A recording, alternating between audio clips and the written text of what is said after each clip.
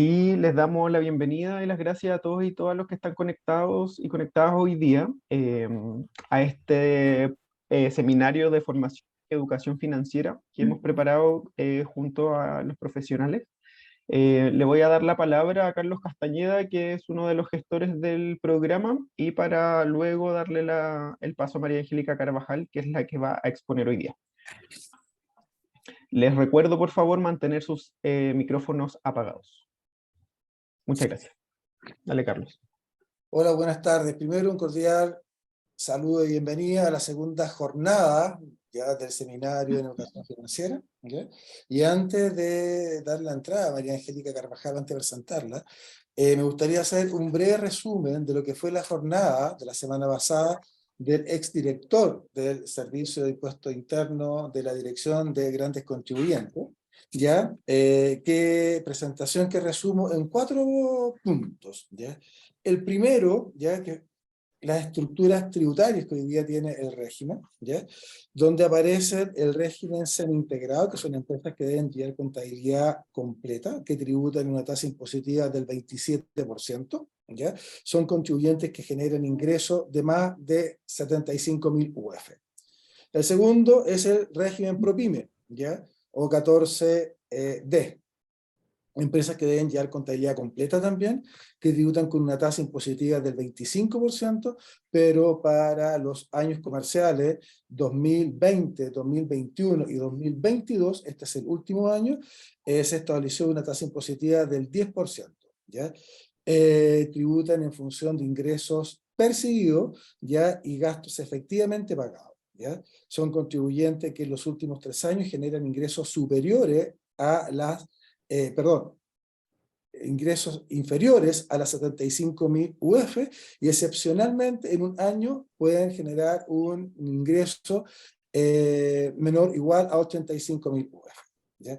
El segundo punto, después está el régimen regular complementario, que es el impuesto que grava todas las rentas de primera y segunda categoría que reciben las personas. ¿Ya? En términos, segundo punto, de la estructura societaria, ¿ya? Están las sociedades anónimas, las sociedades por acción, las sociedades limitadas y las empresas individuales de responsabilidad limitada, cada una de estas sociedades con sus propias características, ¿ya? El tercer punto, ¿ya? Que presentó Harry, es que a contar del 1 de enero del año 2023, en los servicios quedan grabados con IVA, ¿ya?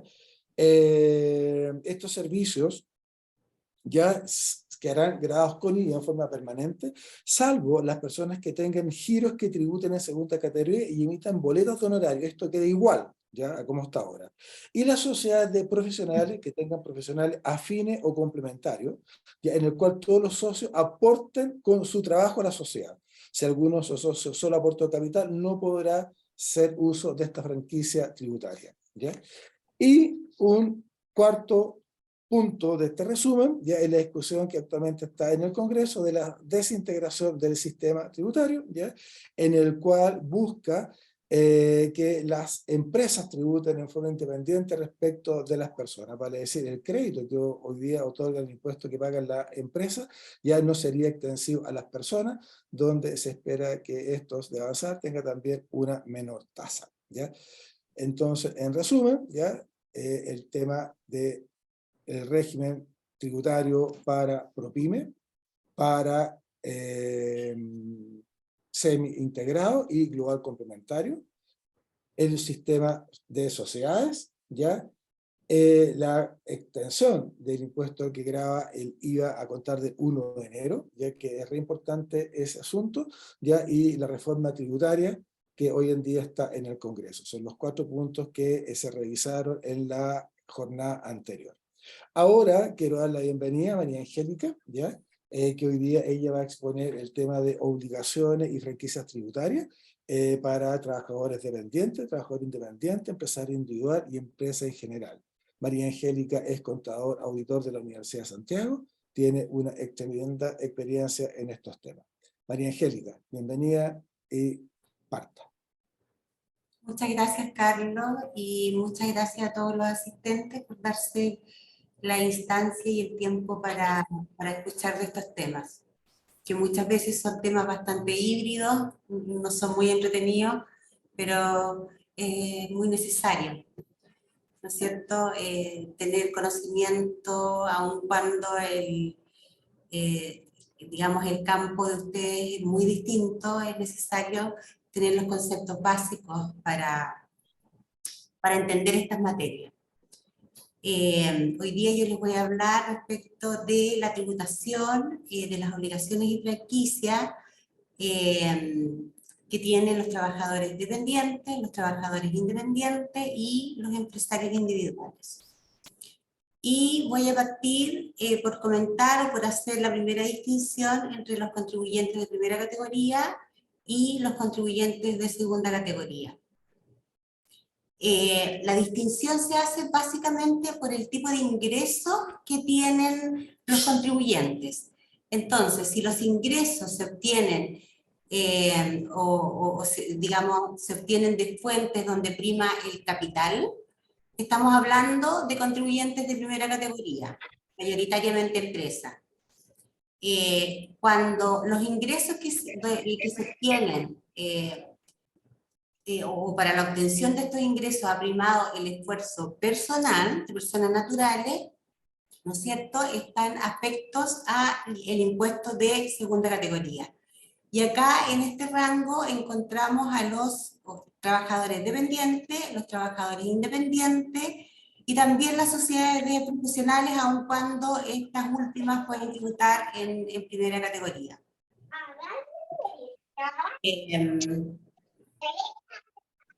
Los trabajadores dependientes están regulados por el Código de Trabajo. Las características del trabajo que ellos van a realizar están establecidos en un contrato de trabajo y tienen un vínculo de subordinación y dependencia con el empleador. El pago por el servicio que ellos prestan está afecto a un impuesto único de segunda categoría. El impuesto único es de tasa progresiva, va desde el 0% hasta el 40%. El primer rango afecto empieza a ser más o menos en los 9 millones de pesos, con una tasa de un 4%. Un poquito más adelante les voy a mostrar digamos, la tabla. Este es un impuesto de retención que debe ser retenido por los empleadores. Ellos lo retienen a través de un formulario específico, que es el formulario 29 de declaración mensual. Y adicionalmente, las remuneraciones deben cumplir con el pago de las cotizaciones previsionales, en donde se consideran las AFP, los pagos de salud, que pueden ser en ISAPRE o en FONASA, los pagos de seguro de cesantía, y los pagos de seguro de invalidez y sobrevivencia. Les traje un ejemplo de un cálculo de remuneración, ¿no es cierto?, considerando a una persona que por su trabajo percibe una remuneración bruta de 2 millones de pesos. Esta remuneración bruta de 2 millones de pesos tiene que pagar, como les decía adelante, las cotizaciones previsionales, que son AFP, salud, seguro de cesantía, cotizaciones que son de cargo del trabajador. También hay una porción que es de cargo del empleador, que ustedes no la ven en esta liquidación de sueldo, porque la liquidación de sueldo es el documento que se le emite al trabajador, y por tanto es el documento que da cuenta de los ingresos que percibe el trabajador y de los gastos que son de su cargo. Los gastos que son de cargo del empleador van en la contabilidad propia del empleador, no aparecen en este reporte, en esta liquidación de sueldo. Entonces, como les decía, este trabajador que percibe una remuneración de 2 millones de pesos, paga una AFP, pusimos como ejemplo una AFP-X que paga un 12,7% de cotizaciones previsionales, que en este caso ascienden a 223.200 pesos. Tiene que pagar también como cotización obligatoria un 7% al fondo de salud, que puede ser ISAPRE o puede ser FONASA. Y bueno, en la ISAPRE sabemos que hay planes que superan lo que corresponde al 7%, que en este caso son 140.000 pesos, ¿no es cierto?, que va variando dependiendo de la remuneración bruta. Pero claro, hay planes que superan este valor, por lo tanto, aquí habría que descontar, además de la cotización obligatoria, que son los 140.000 pesos, habría que considerar el descuento del adicional de salud, que también es de cargo del trabajador. Y en este caso estamos incluyendo el seguro de cesantía de cargo del trabajador, bajo el supuesto de que este es un trabajador que está con un contrato indefinido. Cabe señalar que si el contrato es de carácter fijo, por un periodo definido, entonces todo el seguro de cesantía lo tiene que cubrir el empleador y por tanto no va a aparecer acá en la liquidación de sueldo que entrega al trabajador. Impuestos realizados para considerar esta liquidación de sueldo, llegamos a una remuneración tributable que asciende a 1.604.000 pesos. Entonces ya acá tenemos una primera distinción, ¿no es cierto?, entre la remuneración que se definió como remuneración bruta para el trabajador, descontada todas las cotizaciones previsionales que no pagan ningún tipo de impuesto al fisco.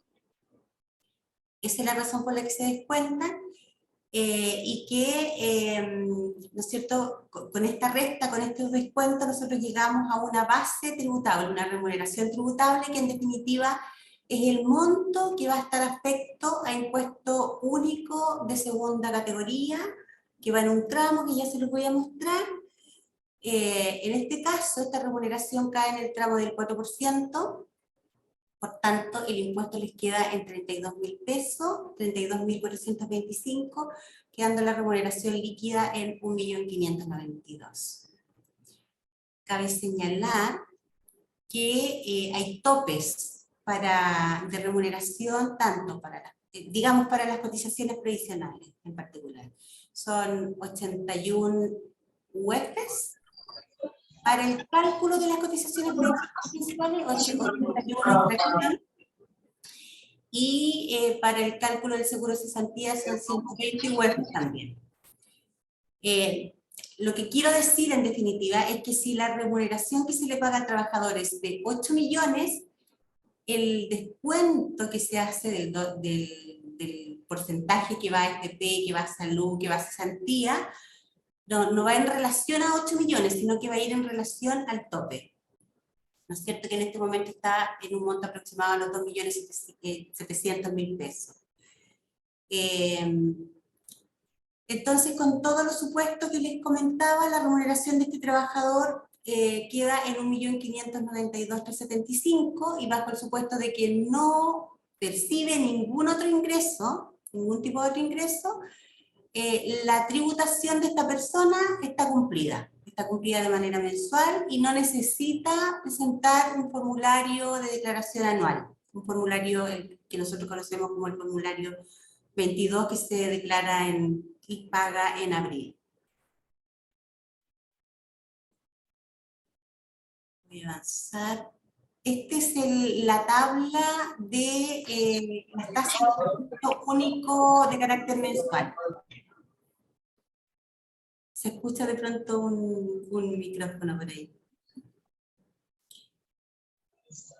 Claro, como les decía, los rangos de impuestos van desde el 4% hasta el 40%, y aquí ustedes pueden ver más o menos cuáles son estos rangos, ¿no es cierto? De 821 a 1.825.000 pesos, quedan grabados con un 4, del 1.825.000 a los 3.042.000, quedan grabados con un 8, y así sucesivamente hasta llegar al 40%, donde caen todas las rentas que superan los 18.864.000 pesos. El trabajador independiente es una persona que presta servicio, como lo dice la palabra, de manera independiente, donde predomina el trabajo personal. Esa era una de las premisas básicas del impuesto único de segunda categoría del que estamos hablando, y donde el trabajo que realiza está basado en el conocimiento de una ciencia, de un arte, un oficio, técnica, por sobre el empleo de algún bien de capital, como puede ser una máquina, o una herramienta o un equipo. Para prestar servicios como trabajador independiente, esta persona tiene que obtener un código de actividades en el Servicio de Impuestos Internos. Nosotros estuvimos revisando y los códigos generales de actividad que se usan para los servicios médicos son los que pueden visualizar. Como le digo, estos son códigos de servicios más generales. Siempre hay códigos para cosas más específicas. Deben emitir boletas por los servicios prestados, ¿no es cierto? Así como vimos que el trabajador dependiente recibe una liquidación de remuneraciones, que es emitida por el empleador, en este caso es el prestador de servicio, el trabajador independiente, el que emite su boleta de honorario. Para efectos de emitir su boleta de honorario, tiene que tener una clave en el Servicio de Impuestos Internos y debe solicitar autorización para emitir esta documentación tributaria. Entonces, en la página del servicio ustedes se van a encontrar con estas opciones, en donde servicios online, ustedes se van a solicitar autorización de documentos tributarios y es un mecanismo bastante simple, el servicio se los acepta y les entrega una serie de folios para que ustedes puedan emitir estas boletas.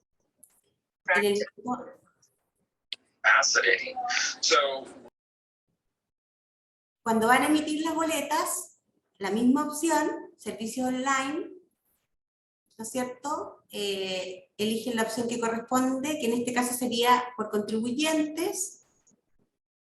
La página les va a mostrar dos opciones nuevamente. La primera, en donde el receptor de la boleta es quien va a retener el impuesto, ¿no es cierto? La persona a quienes ustedes les están prestando el servicio, los pagadores de la remuneración, receptores de la boleta, son quienes van a retener a través del formulario 29 el impuesto que le corresponde. En caso que la retención la vaya a hacer el mismo prestador de servicio, la opción a elegir es la 2. El contribuyente emisor será quien se encargue de la retención y por tanto va a tener que presentar su formulario 29 y declarar el impuesto de retención correspondiente. Las tasas de impuesto de retención han ido cambiando a partir del año 2020 y van a seguir cambiando hasta el año 2028. Actualmente la tasa de retención se encuentra en el 12,25%, y esto va a llegar en el año 2028 hasta una tasa del 17%. Acá les hice un ejercicio de cómo queda un monto líquido, ¿no es cierto?, para su bolsillo, después de las retenciones de impuestos, cómo quedó hasta el año pasado, 21, cómo va a quedar este año esa misma boleta de 2 millones de pesos, y cómo va a quedar el próximo año, cuando la tasa de retención sea un 13%. Entonces la persona que el año pasado percibió 2 millones de pesos, recibió líquido 1.770.000. Este año va a recibir 1.755.000 y el próximo año eso se va a convertir en 1.740.000. Estos ingresos tienen que declararse de forma anual en el formulario 22.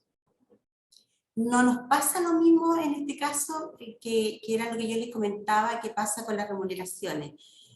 Con las remuneraciones, repito, no habiendo otro ingreso, la tributación está cumplida de manera mensual, por lo tanto, como les decía, no hay necesidad de presentar nuevamente el formulario 22, pero con los honorarios es distinto. Con los honorarios hay que declarar este formulario sí o sí.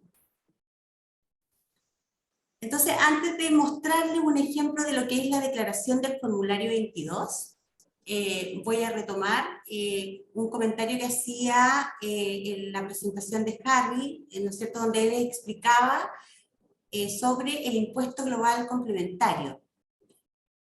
Este impuesto es un impuesto directo, con tasas progresivas y que grava el conjunto de renta que obtengan las personas naturales con domicilio y residencia en nuestro país. Retomo el cuadrito que les mostraba Harry, digamos, para que haya un entendimiento claro de que todas las personas que perciben distintos tipos de renta, ¿no es cierto?, personas naturales van a terminar pagando este impuesto global complementario en este formulario 22. Claro, las personas pueden percibir honorarios, pueden tener mayores valores, no sé, por la venta de activos, de algún activo, pueden percibir también sueldos, ¿cierto? Pueden tener intereses por alguna inversión, pueden tener algún bien raíz que arrienden y perciban un ingreso por este concepto también. Todos esos conceptos van a ir al impuesto global complementario, cuya tabla pueden ver ustedes a continuación. También es una tabla progresiva que va del 4 al 40%, pero que está calculada de manera anual. Entonces, el mínimo de ingreso a obtener son los 8.775.000 para empezar a afectar estos ingresos, este conjunto de ingresos, con la tasa del 4%, y a partir ya de 201 millones de pesos, empiezan a pagar la tasa máxima, que es el 40%.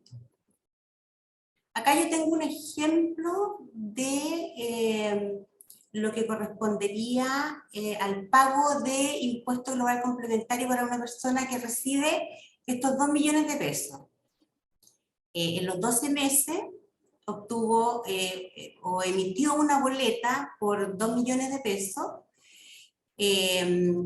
Yo les voy a hablar de la franquicia un poquito más adelante, pero me adelanto un poquito comentando que la emisión de boletas de honorario permite el uso de gastos presuntos por un 30% del valor del honorario. Entonces, en este caso, el honorario que es de 2 millones de pesos y que en el año suma 24, nos permite una rebaja de gasto que asciende el 30% a 7.200.000 pesos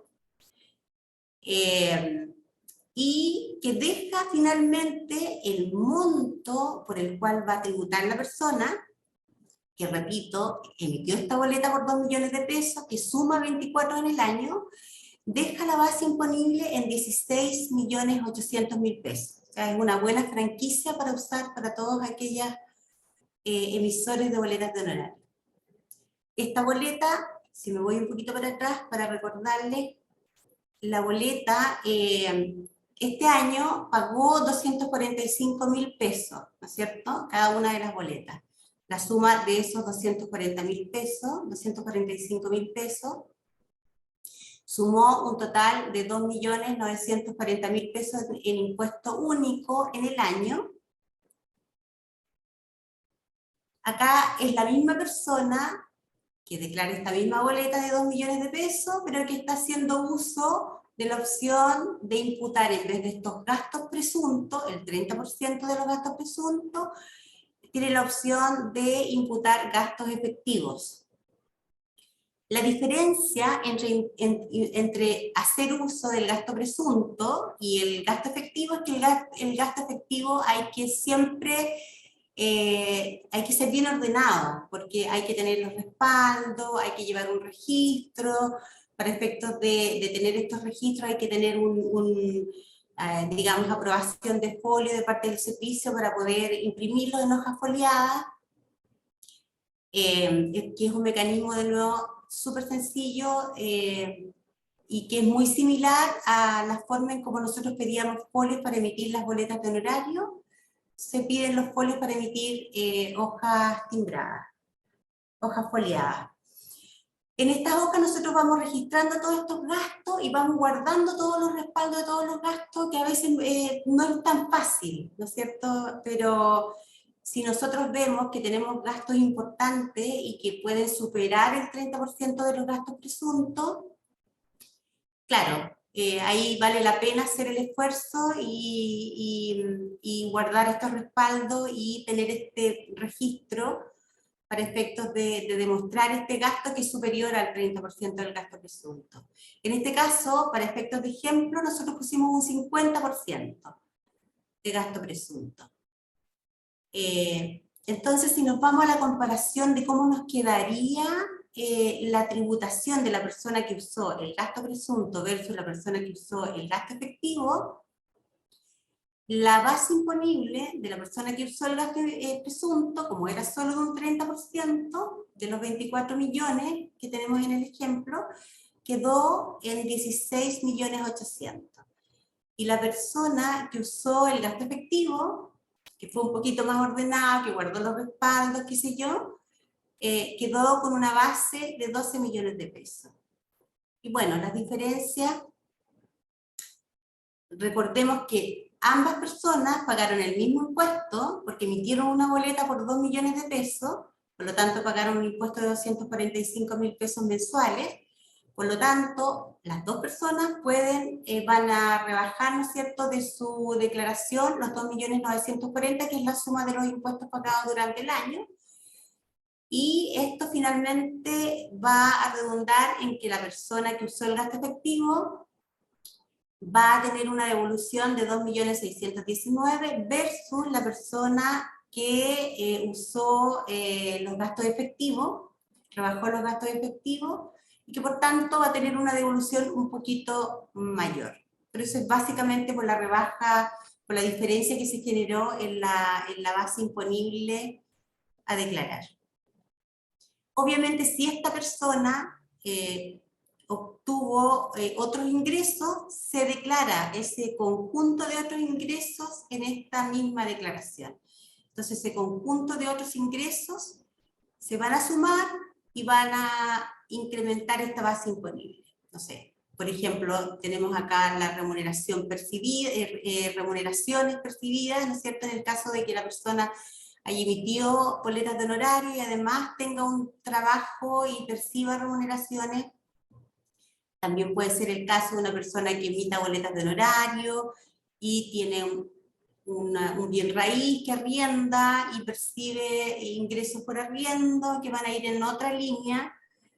Una persona que tiene acciones de una compañía X y que percibe dividendos van a ir también en esta misma declaración, y todo eso va a ir siendo sumado y va a ir incrementando su base imponible y obviamente cambiando el monto de impuesto a pagar, dependiendo de la tasa en la que queda aspecto.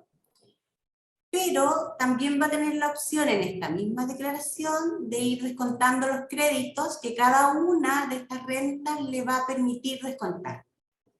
En este caso nosotros estamos descontando el crédito por impuesto único que se fue pagando por las boletas. Pero también se va a poder descontar el crédito que pueda traer un dividendo, que pueda venir asociado en el pago de un dividendo, ¿no es cierto?, etcétera.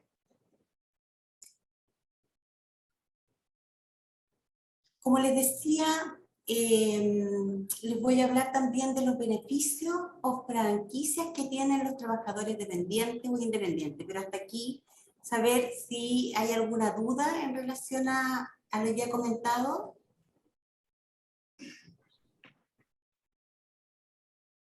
¿Estás muteado, Carlos? ¿Te parece que dejemos las preguntas para el final? Ya, perfecto. Seguimos avanzando entonces. Sí.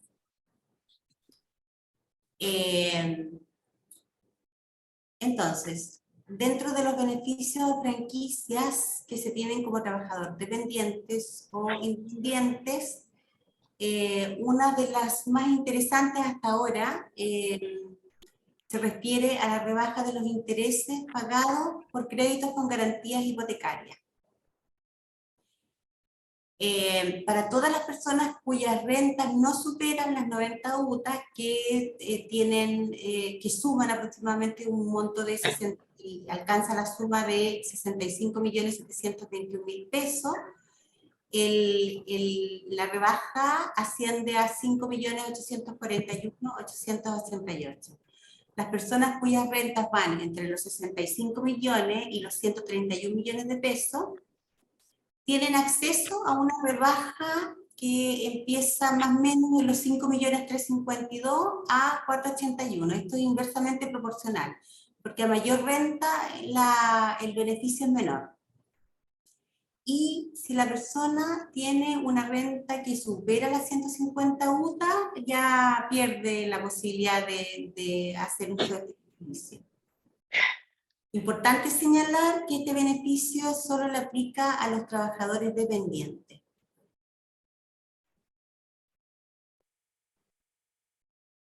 Otro beneficio también ampliamente utilizado es el que tiene que ver con la rebaja a la base imponible por los pagos que se hagan a la APB, que es el ahorro previsional voluntario. Los pagos que se pueden usar para este beneficio no pueden exceder de 50 UF mensuales y en el año no pueden exceder a 600 UF mensuales.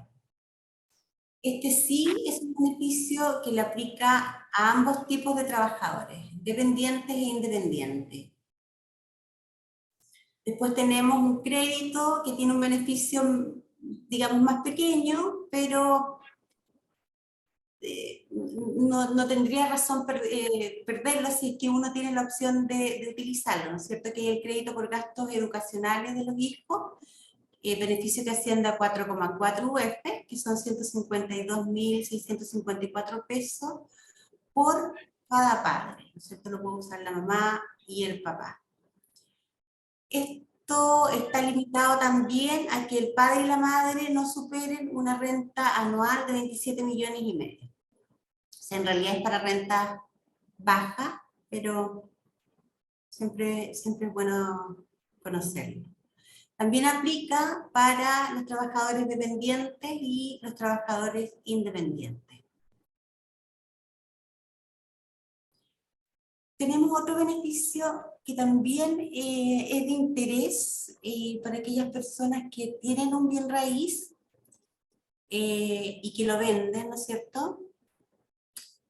Pueden usar como ingreso no renta, digamos, de nuevo, el mayor valor que se obtenga en la venta de este bien raíz puede ser considerado como ingreso en renta hasta por un monto de 247.933.920 pesos. ¿Qué significa esto? Que este es un monto que no va a pagar impuestos. Se vende un bien raíz, tengo un mayor valor de 200 millones de pesos y ese mayor valor no va a pagar impuestos. Tengo un mayor valor de 250 millones de pesos y voy a pagar impuestos por la diferencia que haya entre los 250 millones de pesos y los 247.933, que aproximadamente son 2 millones de pesos. Esos 2 millones de pesos van a ir a mi declaración como un aumento en mi base imponible a este impuesto. Si no tengo otras rentas, que es un caso como bien extremo, ¿no es cierto?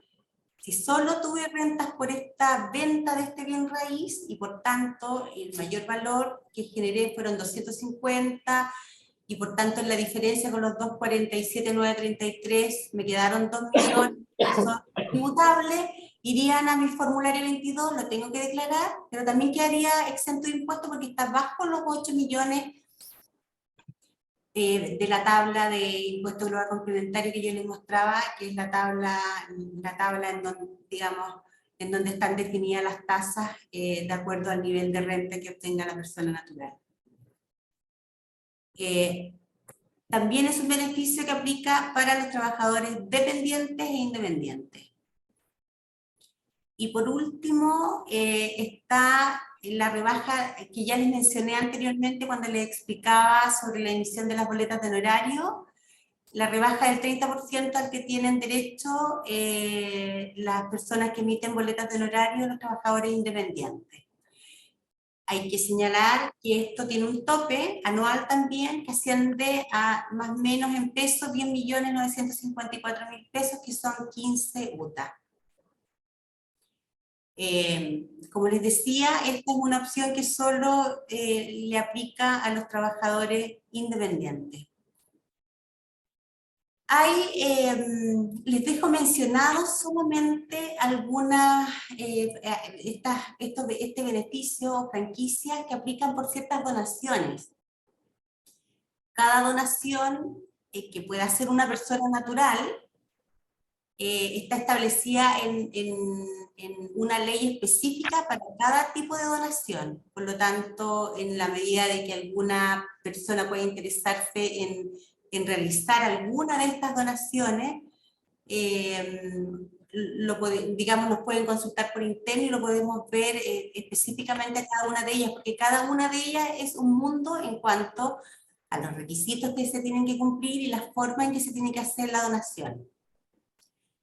Como mención solamente señalar que tienen franquicia las donaciones que se hagan en dinero a universidades o institutos profesionales, las que se hagan en dinero, bien o en especie para fines culturales, las que se hagan en dinero para fines deportivos, dinero para fines sociales, donaciones que se hagan en dinero, bien o especie para situaciones de catástrofe, otro tipo de donaciones que se hagan en dinero al Fondo Nacional de Reconstrucción, donaciones que se hagan en dinero, bien o especie, también para catástrofe, pero que están regidas por otras leyes y por tanto tienen otros requisitos. El tope para las primeras que les señalaba de las donaciones asciende a 17 millones de pesos y las últimas 3 que les señalaba no tienen tope en cuanto al uso del crédito, al beneficio del crédito que tiene el entregar estas donaciones. Por último, comentarles algo respecto de los empresarios individuales. El empresario individual es una persona natural, ¿no es cierto?, pero con un patrimonio separado. Tenemos al doctor X, Ruth, 10 millones y fracción, que tributa como persona natural, pero que tiene una inversión en acciones y que decidió que esa inversión en acciones la va a tener registrado como empresario individual, cuyo RUT también es 10 millones y fracción, ¿no es cierto? Pero que como va a tener ese patrimonio separado, en un registro separado de lo que son sus gastos e ingresos personales, va a tributar en primera categoría, en el mismo formulario donde tributa, ¿no es cierto?, con sus ingresos como persona natural. Entonces, ese formulario va a dar cuenta de sus remuneraciones, de sus honorarios, pero también va a dar cuenta de los dividendos que recibió por esta inversión en acciones.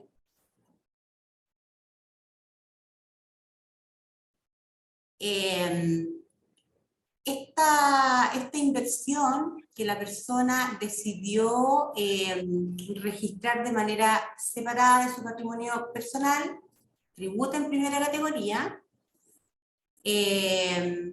y la responsabilidad que tiene el empresario individual sobre este patrimonio separado y el patrimonio personal es la misma. En el fondo no se hace una distinción. La responsabilidad es ilimitada. Por eso esta es una figura que se usa más bien para negocios pequeños. Como inicio las actividades como empresario individual, también se hace por la vía web de internet del Servicio de Impuestos Internos, que hoy día tiene casi todo a través de la vía web,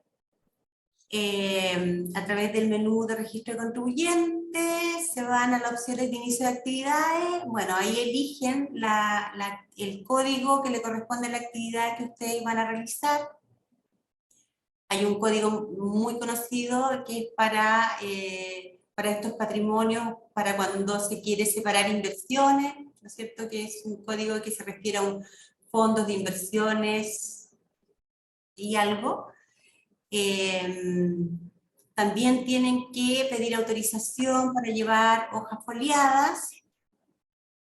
En el caso de que el empresario individual vaya a emitir algún tipo de factura, tienen que pedir autorización de folios para la emisión de estas facturas. También es un trámite que se puede hacer de manera presencial en el Servicio de Impuesto Interno. El empresario individual está obligado a presentar declaraciones mensuales, tiene que declarar su IVA, en el caso de que, por ejemplo, preste un servicio afecto a IVA, tiene que pagar su PPM, que es el pago, la retención que hay que hacer de manera mensual por los ingresos que obtenga por la prestación de su servicio. Y anualmente también está obligado a presentar la declaración de renta, donde va a sumar sus rentas de este patrimonio y sus rentas como persona natural. ¿Qué ventajas tiene el convertirse en empresario individual? Claro, cuando se trata de negocios pequeños, digamos, te permite manejar estos ingresos y estos gastos que te puedas generar, ya sea una inversión, ya sea la tenencia de un bien raíz que tú arriendas,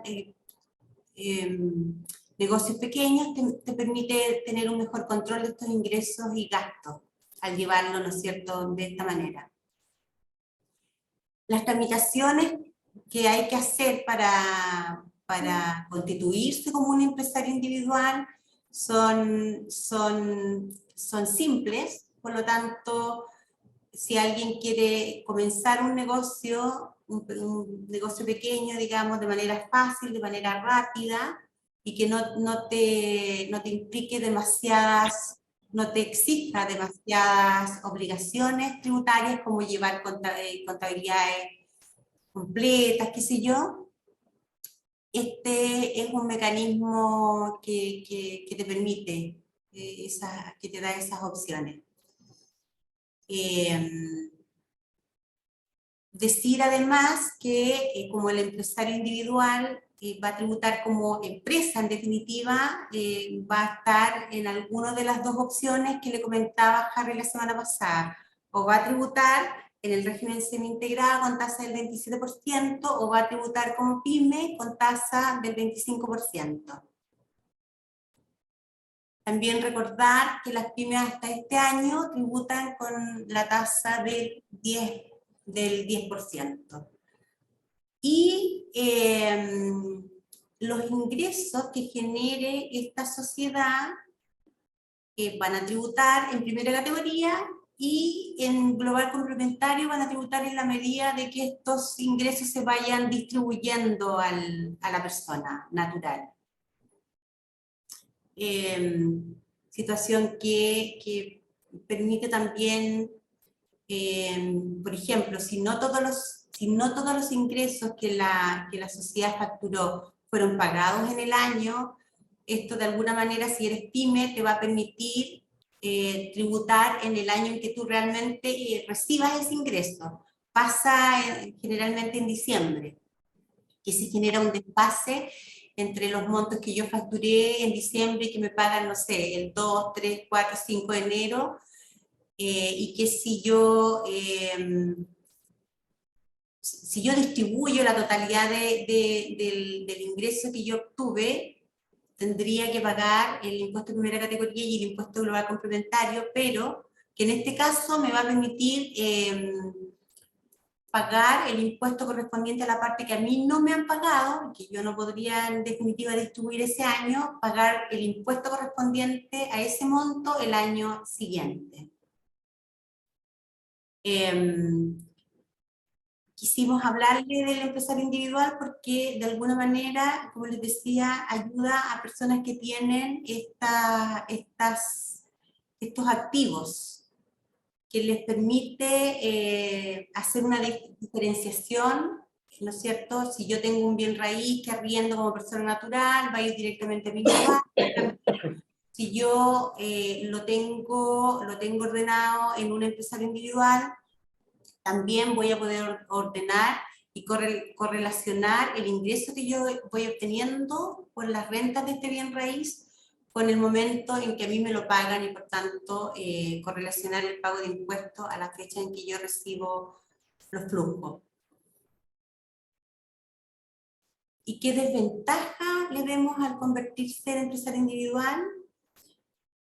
Básicamente el hecho de que la responsabilidad es ilimitada, entonces esto es peligroso en la medida de que si me van a perseguir una deuda del empresario individual, me pueden perseguir bienes personales.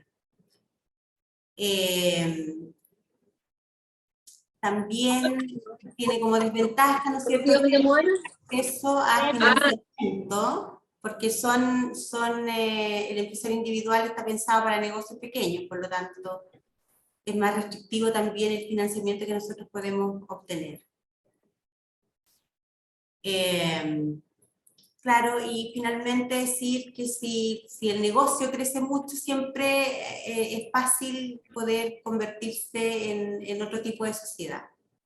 La tramitación para el término de giro de un empresario individual es generalmente sencilla, porque como se trata de negocios pequeños, el servicio es bastante ágil en entregar estos términos de giro, y de esta forma la persona puede elegir otro tipo de sociedad que le permita manejar un negocio de mayor envergadura. Y con eso termino la exposición y doy espacio para las personas que puedan tener alguna consulta a los temas planteados.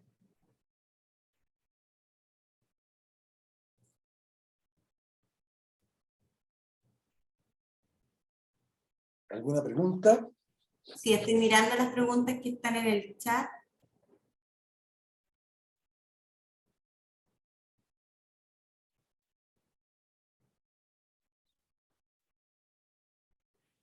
Claro, acá nos preguntan que si todo lo que estamos exponiendo está vigente mientras no se promulgue la reforma tributaria.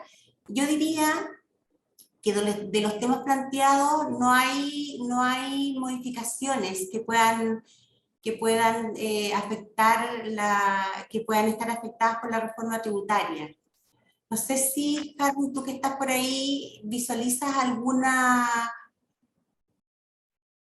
alguno de estos temas, alguna modificación que nos pueda afectar. Yo no lo veo. No lo No, veo. en las normas que citaste para personas naturales, eh, profesionales independientes y empresarios individuales, me parece que no hay muchas modificaciones legales. La clase anterior o la charla anterior discutimos respecto de el IVA en el caso de los servicios profesionales, pero lo dejamos discutido allá y por lo tanto no tenía mucho que ver con lo que se está conversando ahora. Por lo tanto, me parece que la reforma no golpea mucho esto, más que mover un poco la tabla del impuesto a los trabajadores y el impuesto global complementario, donde se aumentan un poquito las tasas, y también lo vimos en la sesión anterior. Lo demás me parece que se mantiene con la reforma, María Angélica. Estoy de acuerdo con lo que tú señalas. Otra pregunta, bueno, nos hacen dos preguntas. Una que no entiendo muy bien, dice, ¿por qué la tasa de impuesto aumentará anualmente? De las tasas que nosotros, las tablas que les mostré, voy a irme para atrás para ver si María estoy Angélica, entendiendo. tiene que ser de la retención de los honorarios. ¿Por qué la tasa de impuesto aumentará anualmente? Sí, yo estuve atento y cuando hicieron esa pregunta justo habías pasado esas diapositivas de que este año era 12,25 y el próximo iba a ser 13%. Ah, la evolución de la tasa Sí. del... ya. Bueno, básicamente se empezó a aumentar la tasa para cubrir en parte las cotizaciones previsionales. Hasta el año 2019, las personas, los trabajadores independientes no estaban obligados a realizar cotizaciones previsionales. Ah, ya, claro, eso es. De alguna manera se buscó la fórmula para incentivar y, entre paréntesis, entre comillas, obligar a los profesionales independientes a tener estas cotizaciones. Esa es una de las principales razones por qué se empezó a aumentar la tasa año a año. Claro. Claro, las cotizaciones previsionales, de hecho, en un principio se dio la opción de cotizar de manera parcial o de manera total, y esto también ha ido evolucionando en el tiempo. Pero sí, la respuesta es eso, que es básicamente para cubrir este pago de cotizaciones previsionales. Tengo otra consulta que dice: ¿qué significa exactamente que un contribuyente de segunda categoría pueda comportarse como primera categoría? Claro, si un contribuyente, como una sociedad de profesionales, no me quiero meter mucho en el tema de las sociedades profesionales porque es un mundo, pero es un ejemplo como para hablar de empresas o de contribuyentes que están en segunda y puedan comportarse o tributar en primera categoría, ¿cierto? Esta es una sociedad que puede hacer ese cambio de segunda a primera categoría. ¿Y qué significa en definitiva? Que en segunda categoría los ingresos tributan con el impuesto, valga la redundancia, de segunda categoría, y en primera categoría están regidos por las normas de primera, y que básicamente hace la distinción entre la empresa que tributa como semi-integrado o la empresa que tributa como pyme, en donde la empresa que tributa como semi-integrado va a pagar un 27% y la que tributa como pyme va a pagar un 25% a partir del próximo año. Este año va a pagar con tasa del 10%. Eso es básicamente. Y luego, de los ingresos que perciba la empresa, ¿no es cierto?, y que se transformó a primera categoría, que van a pagar o con tasa del 27 o con tasa del 25, 10 este año, los montos que se traspasen a los socios de esta empresa, así que tienen a los socios de la sociedad, esos montos van a pagar segunda categoría dependiendo del rango de global en el que esté cada uno de los socios. Creo que por ahí va la pregunta. Espero estar respondiendo la inquietud que tenían. Había visto otra pregunta relacionada con esta. Dice: ¿qué significa que los retiros de los socios no tributen? Claro, si no es que los retiros de los socios no tributen, si hay retiros, ¿no es cierto? Y estos retiros llegan a un socio que tiene esa única renta. Lo voy a poner como un ejemplo extremo. Una empresa entrega un retiro de 10 millones al socio Dr. X. Y el Dr. X empezó sus actividades el 26 de diciembre, por lo tanto es el único ingreso que obtuvo el año 2022. Porque él empezó el 26 de diciembre, antes de eso estaba estudiando todavía, no sé. Entonces, el único ingreso que tiene es este retiro por 10 millones de pesos, pero como recordábamos, y me voy a ir un poquito para atrás, en la tabla de global complementario, como les comenté en alguna parte, parte de la presentación.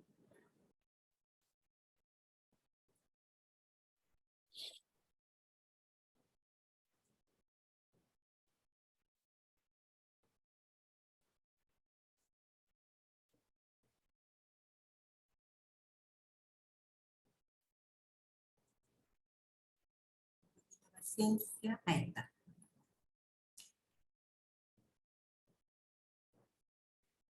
Entonces, este doctor que recibió este retiro de 10 millones de pesos va a tributar por la diferencia entre los 10 millones de pesos y estos 8.775.000, que es el monto desde donde empieza a pagar impuestos. La diferencia, que asciende a 1.200.000 pesos de ese retiro, va a ir a su global complementario, ¿cierto? Y va a pagar el retiro va a ir por los 10 millones de pesos. Y va a pagar, va a pagar un 4% de impuestos, ¿no es cierto?, con las rebajas correspondientes. Si el retiro fuera de 8 millones de pesos, va a quedar en el rango exento. En este ejemplo extremo de este doctor que empezó a trabajar el día 26, que se hizo socio de esta empresa y que recibió un solo retiro. Es un ejemplo bien extremo. Ahora, otro doctor que recibió este mismo retiro de 10 millones de pesos, pero que recibe otras rentas en su global complementario, y para eso me voy a ir. En su global complementario va a tener estas otras rentas, por ejemplo, estos honorarios de 16 millones de pesos, va a tener el retiro en otra línea específica para ese efecto, que en este caso es la 1, de 10 millones de pesos, sumado a los 16.800, voy a quedar con una base imponible de 26.800. Esos 26.800.000 me tengo que ir a ubicar a la tabla de nuevo del global complementario, van a quedar en la tasa del 8%. Y así, no es que los retiros no tributen, tributan, pero en el ejemplo que yo les di, que era la venta de un bien raíz, creo que ese era el ejemplo, la venta de un bien raíz donde se obtenía un mayor valor de 250 millones de pesos, yo les decía que 247 y fracción se consideraban como ingreso no renta, y por lo tanto la diferencia iba a ir a su global, pero como estaba debajo de los 8 millones, iba a quedar como exento. No estoy segura si era eso, en eso lo que estaba pensando la doctora Velázquez, pero la respuesta es que no es que los retiros no tributen, va a depender, ¿no es cierto? Si el retiro es menor a este monto, claro, va a quedar en el rango exento siempre y cuando el doctor que reciba el retiro no tenga otras rentas, porque otras rentas me van a aumentar la base, ¿cierto? Y por lo tanto es bien difícil que queden debajo del rango de los 8 millones, no imposible, pero no, digamos, claro, es difícil. Dice, los gastos son excluyentes. Los gastos son excluyentes. ¿Qué significa que los retiros de los socios no tributen? Los gastos son excluyentes. Si una empresa distribuye retiros, va a distribuir considerando los ingresos menos los gastos, ¿cierto? Los retiros se distribuyen en base a los flujos que pueda tener la sociedad disponibles para retiro, y los flujos van a estar dados por los ingresos que me paguen menos los montos que yo use para los gastos que tengo que hacer para prestar el servicio o para llevar a cabo el negocio que estoy llevando a cabo. Por lo tanto, si es que entiendo bien la pregunta, yo diría que los gastos van a influir en el monto de los retiros que pueda distribuir la sociedad. María Angélica, disculpa, hola, soy Marta Velázquez. Hola, Marta. Hola, mi pregunta es que hablaste de dos tipos de gastos, uno que es un gasto presunto y el otro creo que era gasto efectivo, ¿cierto? Sí. O uso uno o uso el otro, son excluyentes, Sí. Esa es mi pregunta. Sí, son excluyentes, efectivamente. Ah, ya, perfecto, ya, Tienes gracias. la opción de elegir y ahí hay que ser, como lo que les decía, como bien ordenado para tener claridad de más o menos cuánto es el rango de gasto que yo obtengo por los servicios que presto en el año. Y también, claro, recalcar que esto es súper importante cuando voy a usar los gastos efectivos, porque ahí sí que necesito yo tener este registro y tener los respaldos. Perfecto, gracias, gracias.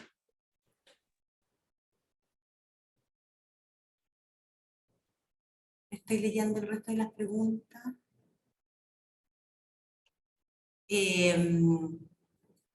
Sí, me preguntan si vamos a hablar de sociedades de profesionales en alguna de las charlas. No estoy segura si en este ciclo está considerado, pero es algo Harry en la primera jornada hizo mención a las sociedades profesionales. A lo mejor ahora podrías hacer algún pequeño resumen, Harry, de este asunto, para dar respuesta acá a esta pregunta. Ok, sí, ningún problema. A ver, las sociedades de profesionales se han vuelto un poquito más populares, por decirlo de alguna manera, porque resulta que, como decíamos en la charla anterior, en febrero de este año se publicó una ley que grava a los servicios con IVA, una aplicación amplia del hecho grabado de servicio y por lo tanto, como dijimos en la charla anterior, la ley del IVA tiene dos ramas. Por un lado, grava la compra y venta de bienes y por otro lado, grava la prestación de servicios. Entonces, por el lado de los servicios, la ley del IVA estaba súper limitada y con esta modificación legal de febrero de este año y que empieza a regir a partir del 1 de enero del 2023, también quedarían grabados con IVA los servicios profesionales. Entonces, ahí dijimos que habían ciertas excepciones. Cuando las personas prestaban los servicios como profesionales independientes y emitían boletas de honorario, en ese caso no estaban grabados con IVA. Y cuando las prestaban como si dos profesionales querían reunirse y ejecutar en conjunto la prestación de los servicios propios de su profesión, podían reunirse en una sociedad y esa sociedad podía seguir tributando en segunda categoría, emitiendo boletas de honorarios de segunda categoría. Pero si los profesionales o esta sociedad de profesionales opta por tributar en primera categoría, tienen también la opción de optar por tributar en primera categoría. Una de las principales diferencias de estar en segunda categoría y estar en primera categoría es que en segunda categoría todas las utilidades que la sociedad genere se tienen que distribuir entre los profesionales. En cambio, y por lo tanto pasar inmediatamente a la tributación de esos profesionales dueños de la sociedad. Pero en el caso de la primera categoría, como bien decía María Angélica, hay ciertos regímenes en primera categoría, y lo vamos a decir régimen 14A, que permite que los socios de esta sociedad paguen impuestos solamente por aquella parte de la utilidad de la sociedad de profesionales que retiren, y no por toda la utilidad que generen. Entonces, hay ciertas limitaciones en el uso de los créditos por impuesto de primera categoría, que también lo vimos en la charla anterior cuando hablamos de la desintegración del sistema, pero haciendo el cuento súper corto, los profesionales querrían optar por tributar de acuerdo a las normas de primera categoría para, por norma general, suspender el pago de impuestos de aquellos servicios que prestan o aquellas utilidades que percibe la sociedad y que los profesionales consideran que no la van a retirar en el año o por lo menos dentro del año en que genera la utilidad, y por lo tanto no tiene ningún sentido tributar esa utilidad con los impuestos globales complementarios de cada uno de los profesionales, porque es utilidad que va a quedar retenida en la compañía. Esa disposición todavía se puede aplicar en las normas de primera categoría, y es por ello que muchas sociedades de profesionales optan a desarrollar sus funciones en el régimen de primera categoría. Ahora, que sean contribuyentes de primera categoría no le quita ni le agrega a los servicios que estas sociedades prestan. Siguen prestando servicios de profesionales y siguen emitiendo boletas de honorario. Entonces, por ahí también dijimos en la charla anterior, estas sociedades de profesionales ya no van a emitir boletas, facturas exentas, como se emite hoy día, hasta el 31 de diciembre todavía se puede emitir facturas exentas para los servicios profesionales, pero a partir del 1 de enero, si no queremos pagar IVA y queremos tributar en una sociedad de profesionales y acoger esta sociedad de profesionales a las reglas de la primera categoría, vamos a tener que seguir emitiendo boletas de honorario.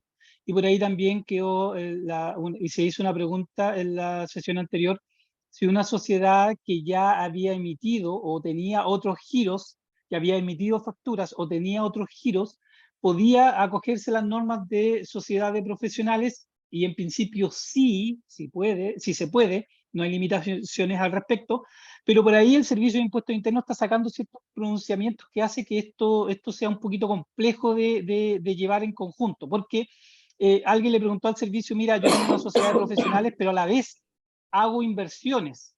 Y por ahí el Servicio de Impuestos Internos le dice, bueno, pero si tú haces inversiones y tienes giro de inversiones y giro de servicios profesionales, entonces no eres exclusivamente una sociedad de profesionales.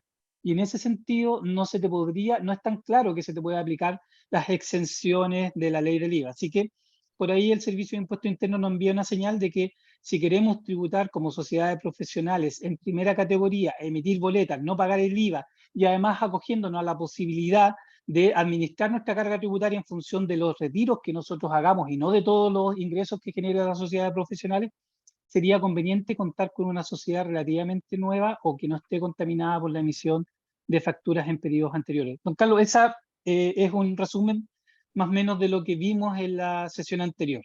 Sí, Espero haber complementado la pregunta. Sí, es importante, fíjate.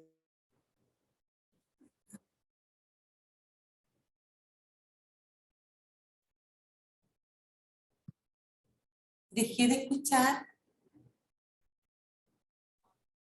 Se quedó pegado, parece. Ah, sí, ya, ya. Muchas gracias, Harry. ¿Alguna otra pregunta?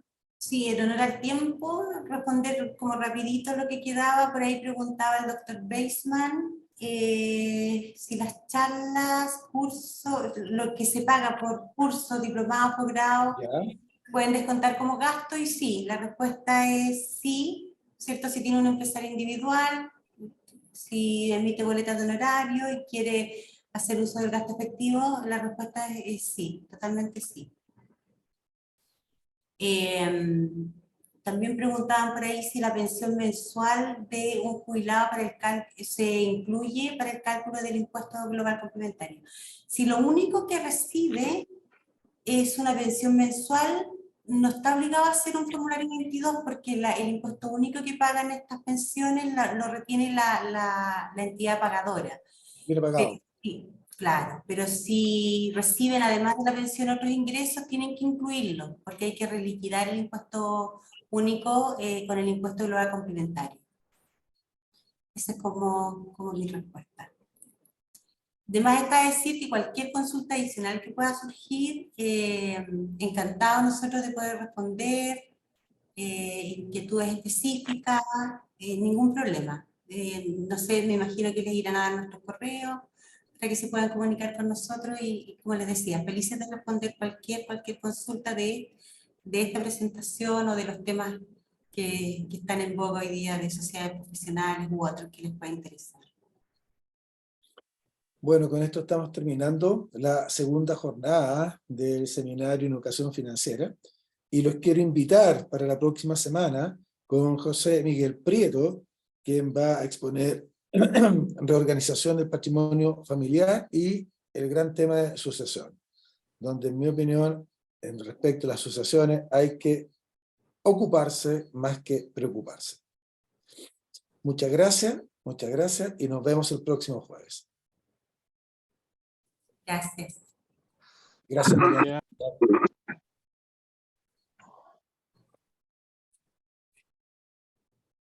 Gracias.